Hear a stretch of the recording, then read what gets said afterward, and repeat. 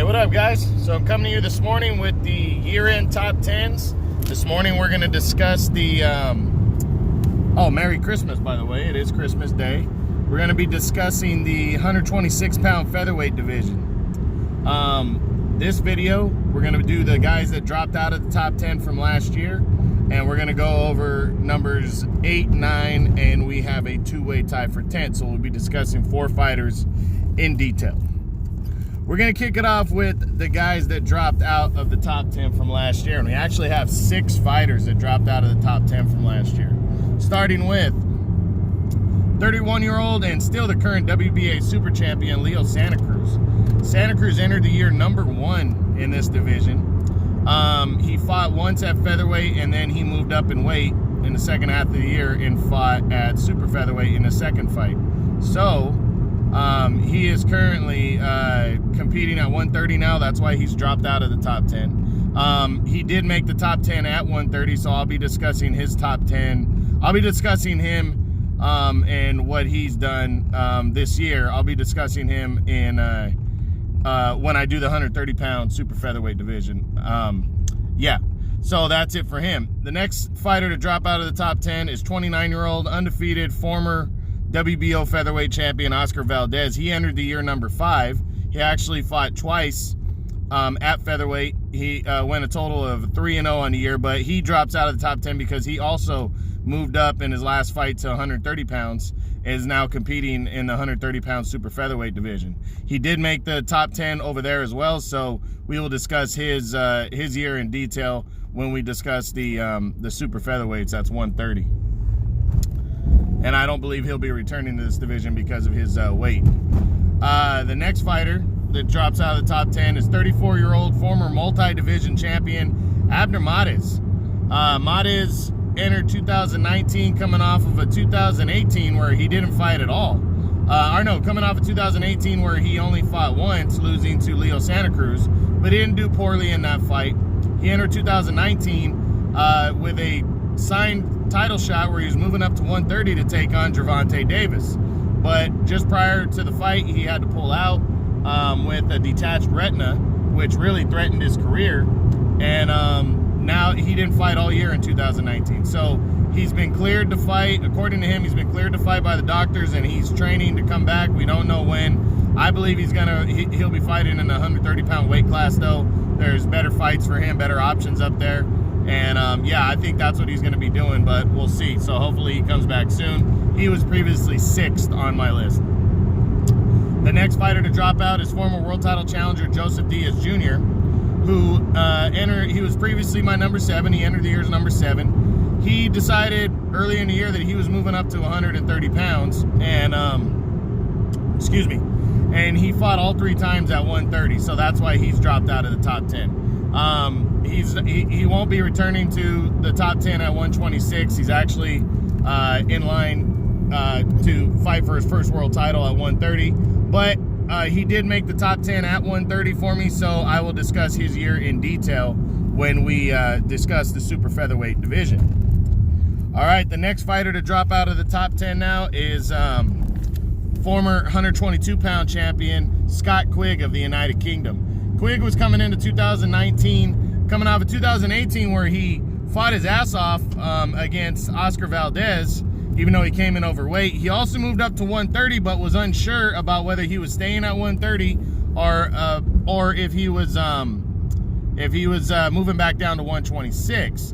He decided he was going to stay at 130, but injuries kept him out of the ring all year in 2019. He had 2 fights scheduled. He had to cancel both fights after they were scheduled due to injury, and yeah, so he didn't end up fighting at all in 2019. Quigg, when he returns, almost for sure is going to be fighting at 130. He's got better options there, yeah, I mean he's a good fighter still. He's 31, so he really needs to get back up on the horse and make sure he gets quality fights. But yeah, that's what's going on with Quigg. And then the last fighter to drop out of the top 10 is former IBF champion Lee Selby, 32 years old, from the United Kingdom. He entered 2019, coming off of 2018 where he lost his IBF title, but he said after he lost the title to Josh Warrington that his weight was an issue. So he said he was moving all the way up he was skipping 2 weight classes, and he wanted to move all the way up to lightweight.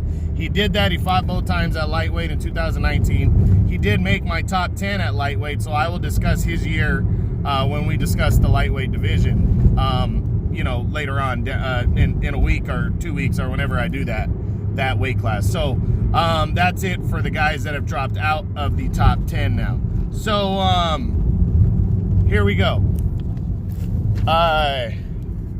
The top 10 we start with are 2-way tie for 10th, and the first of those 2 is former WBO champion at super bantamweight, that's 122, Jesse Magdaleno.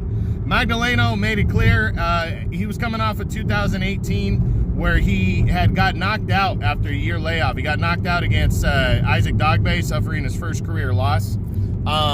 He decided after taking the rest of the year off in 2018 that he was moving up to the 126-pound featherweight division, and he did that in 2019. In March, he took on former world champion from 122, Rico Ramos, but faded, former world champ, and he, it was kind of a lackluster 10-round unanimous decision. He didn't look great in that fight, and I think, that made a lot of people wonder, but I ended up chalking it up as just shaking off the rust, because in his next fight in August, he returned and he took on former world title challenger Rafael Rivera.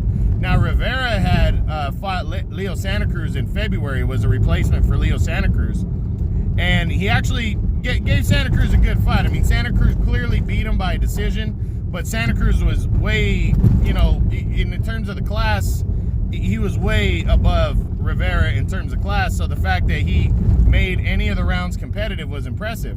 Well, in this fight, he didn't. Magdaleno just cleanly outboxed him, outclassed him. A cut was caused, and they went to the scorecards where Magdaleno took a technical unanimous decision by wide scores and really proved that, he's solid in the featherweight division. He didn't fight the remainder of the year, though. Not sure why, but, I'm assuming he's going to be back sometime soon. I'm hoping he is. And then the only talks that I've heard of him in 2020 now, he's currently ranked number 2 by the WBC and the WBO. The only talks I've heard is that there's a chance he could be fighting for the vacant WBO title against Michael Conlon later on in the year. The talks of that happened because I guess Shakur Stevenson and Josh Warrington are unifying titles early in the year. That's the talk. And whoever unifies belts is apparently going to vacate the WBO belt, allowing Magdaleno and Conlon to fight for the title. Now, I don't know how true that is. I don't know why they'd unify and then vacate one of the belts, but it could happen, I guess.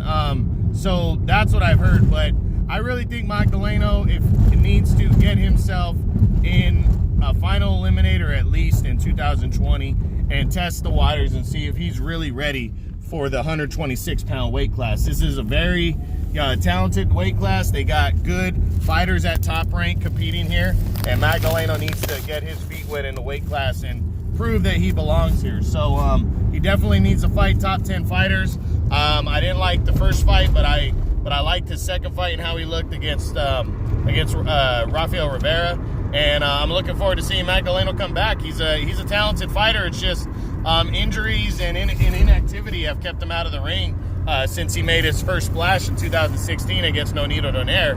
And I think that led to the loss to Isaac Dogbe in 2018. They were in a very good fight. And we'll see what he does coming back. Speaking of Isaac Dogbe, he is the other guy tied for 10th. He's a former 122-pound world champion at super bantamweight. He entered 2019 still ranked in the 122-pound division. He was still ranked down there. He had lost, though, towards the tail end of the year. So he's coming off of 2018 where he scored great wins over Cesar Juarez, a fifth-round TKO to capture the interim title. Then he upset Jesse Magdaleno. And then he took on some Japanese veteran and dominated him for a first-round knockout. But in December, he took on Emmanuel Navarrete. Nobody knew who Navarrete was, and Navarrete just cleanly outworked him and outboxed him and got a clean one-sided unanimous decision. Well, Dogbe wasn't too happy about that. That was his first loss. So in May, he rematched Navarrete, and this time Navarrete beat the shit out of him. Way worse. He dominated Dogbe, beat him up. It was a very bad, beating that Dogbe took, and his dad finally stopped the fight way late in the 12th round. Dogbe afterwards said, that making 122 was too hard, and he felt that was the reason why the fights with Navarrete went the way they went. So he said he'd be moving up to 126. He stayed out for most of the year. He switched trainers from his dad to, I forget who took over as trainer for him, but he made the statement that he was going to be returning at 126, and he was supposed to fight Carl Frampton in November, but he got injured in training, and that fight fell through. So now he's planning on returning sometime first half or quarter of 2020. This needs to be a year where Dogbe just proves that he belongs at featherweight, and he is a legitimate contender. He's a good, solid fighter. He's got a lot of heart. He does not know how to quit, and I really commend that about him. But he's really got to prove that he belongs at 126. So hopefully he shakes off some rust, gets a couple of those fights where he kind of shakes off some rust, gets a couple nice wins, and then steps up his game against the top guys in the division and takes on a top 10 guy towards the end of the year in some kind of a final eliminator, I think. Not sure he needs to get right back in the title mix, but, if he does, I think towards the end of the year needs to be when he does that. It needs to be a bounce-back year for Dogbe where he proves that he belongs at 126 featherweight. All right, the next fighter we look at, finishing number 9 on my list, is contender Claudio Marrero, who entered 2020 coming off of 2018, where he kind of, he had knocked out Jorge Lada impressively in the first round, who was an undefeated, highly regarded prospect on the rise.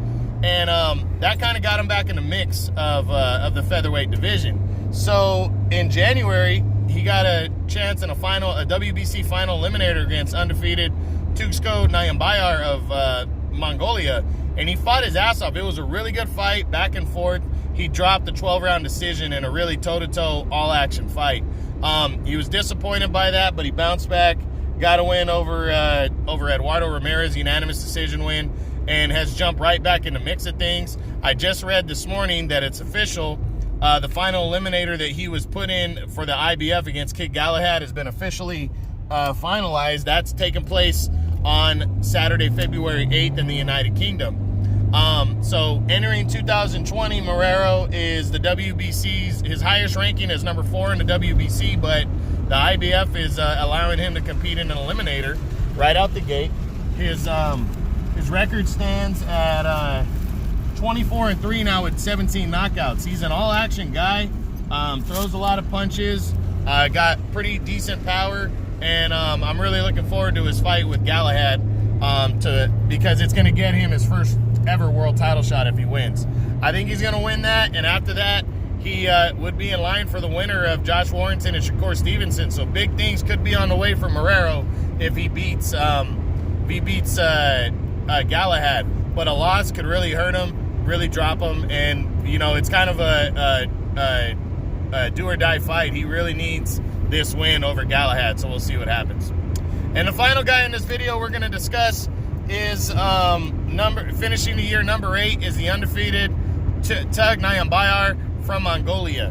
He currently he entered 2019 coming off of 2018 where he knocked out Oscar Escandon impressively and was really trying to prove he was the top dog. He wasn't ranked in the top 10, so he needed to prove himself. In January, he took on Claudio Marrero, the fight we just talked about, and he fought his ass off. It was on the Keith Thurman, Josecito Lopez undercard. He really fought well, got a hard fought but deserving unanimous decision, close unanimous decision, and he became the mandatory number 1 contender at the WBC title. He waited patiently all year, and now he waited patiently all year to get the mandatory title shot, and finally the WBC ordered it.